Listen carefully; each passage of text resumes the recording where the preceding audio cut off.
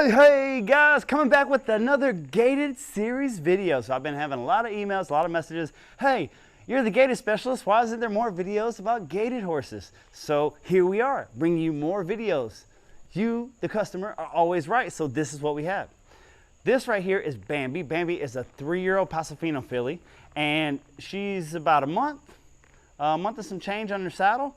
Basically up to this point, she's a firecracker of a little filly. Her father is like a 7-time national champion. Her mother placed 3rd at the national championship. She's built to be wired for sound. So the only thing we've done to her with this point is basically ask her to be calm, go on trail rides, go on obstacle rides. Now we're starting to ask her to gait. A couple things that you'll notice from the beginning, we're not riding her with a halter. We're riding her with a spoon bit. So it has a small curved shank to help her pick her head up. The other thing that you'll notice on her butt is we have a breeching. If you haven't seen the breeching video, stop.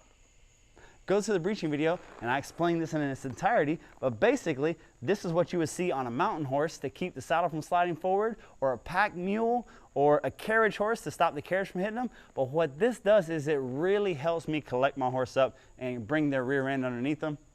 Otherwise, it's just desensitizing them. It doesn't affect them in any other way. Just helping them not to get strung out. And on a young, impressionable filly like that, it really helps. The traditional way of making that happen is squeezing your legs and pulling back on the bridle, and squeezing your legs and pulling them back on the bridle until they get closer from head to butt. Having this on allows them to already keep their butt under them. So this is the beginning of when we ask her, okay, it's okay to turn your energy on. So she's only had this for a day or two, and we're starting to ask her to wake up. And we have a comfortable bit, a cavesson, so we can drive her on the bit. And now we're starting to say, hey, I want you to gait, I want you to be consistent.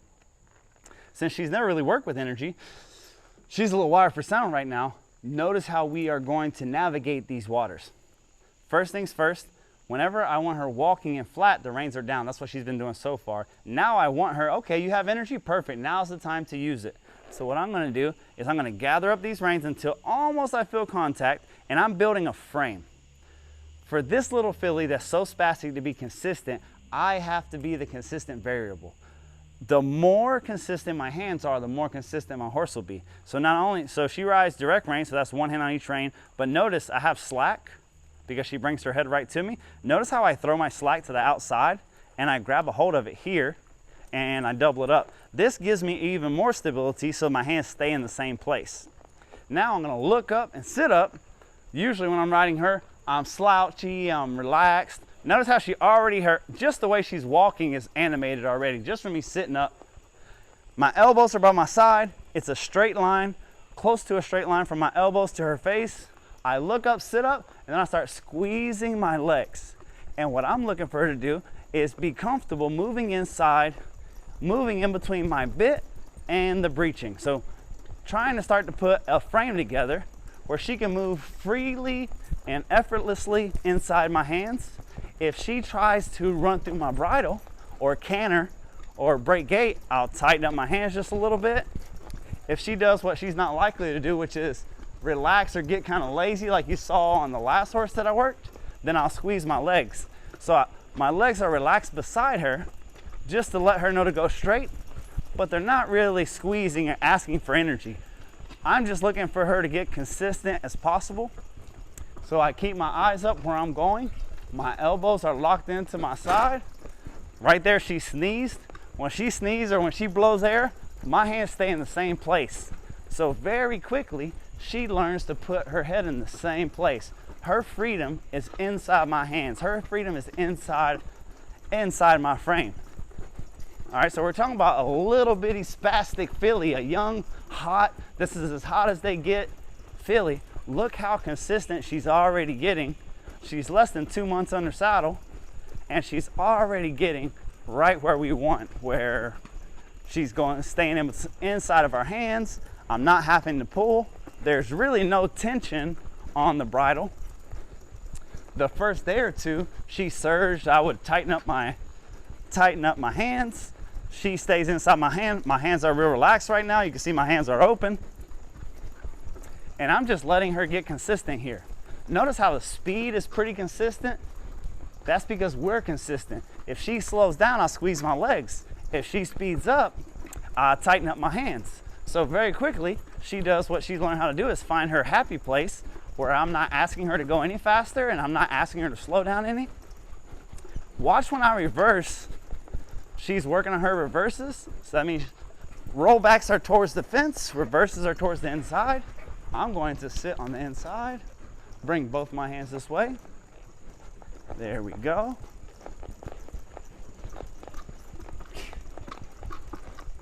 Look how square and straight, look at her ears up. To give all that energy, look how happy she is to give it. Because for the first time, we're saying, hey, we know you have a giant motor. We know you have more heart than chest. Here, show it, let it go. Let's see what you've got. And we're allowing her to express herself now. We're allowing her to show us that energy. This is what she's built to do. Paso Finos, they were founded Puerto Rico, Colombia, Dominican Republic, and they derived from the Andalusian and a native Trinity pony that was like a mountain goat, could get anywhere.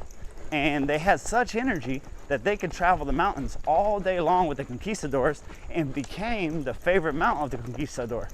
So the reason that they're used today is because they're the world's smoothest horse. So as she gets more and more gaited easier and easier, I mean, I'm already gliding along, but she'll get even smoother than this the more comfortable she gets. Notice how little I did to reverse her there. Basically, I just looked where I was going. I'm gonna look, lean. Look how she's completely staying, even with all the energy she has, she is staying in between my hands, in between my legs, trying to go wherever I lean, trying to stay in between my reins. All that comes from putting a good foundation. All that comes from putting in all the boring work. People just want to gait, but putting in the boring work or showing them how to move off of pressure allows her to be able to move inside of this small frame that I'm giving her. And look how happy she is to move off of it. Oh. How happy she is to move off of it.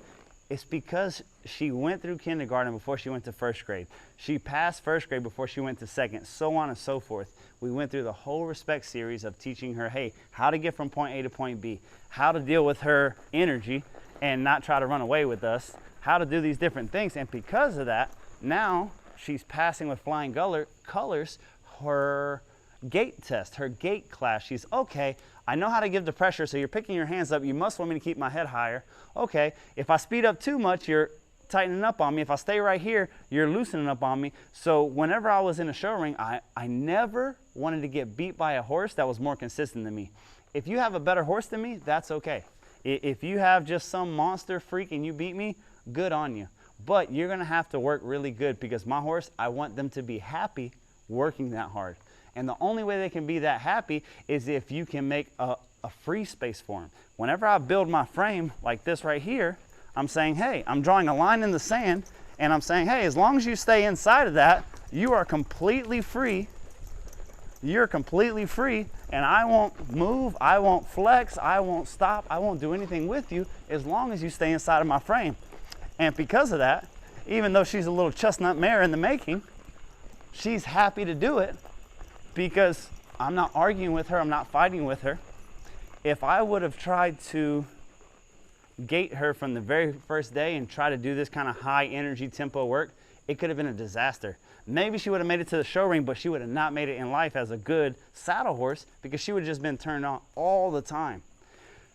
I get all that gait done. Now I want her to relax. So now I'm going to drop my hands and relax my body. And I'm going to look for her to drop her head. With all that energy and with all that excitement, look how I've changed my body completely, and look how my horse is changing how she's carrying herself. I put a little pressure on the reins whenever she speeds up more than I want, and I'm waiting for her to relax, and I release. I don't care how energetic the session is, but I want the session to start and finish calm and quiet. I don't care if we're doing canter work or gait work or jumping work or roping or shooting, but I want to put the horse away calm and quiet so that when I get her out the next day, she's calm and quiet. And that's how you're really going to have the best of both worlds. the smoothest gaiting horse imaginable that's willing to go all day long. Also, the same horse that you can drop the reins and she's willing to walk. So what I'm really trying to drive home to this filly is when the reins are up, your motor's allowed to be on. When the reins are down, I want you to be relaxed. If you do that and we're on the same page, I'm going to keep you as comfortable as I can. And that's really what I'm trying to do here. Well guys, this was Bambi, and that was getting your Paso to gait. Thank you so much for watching, and I'll see you on the next video.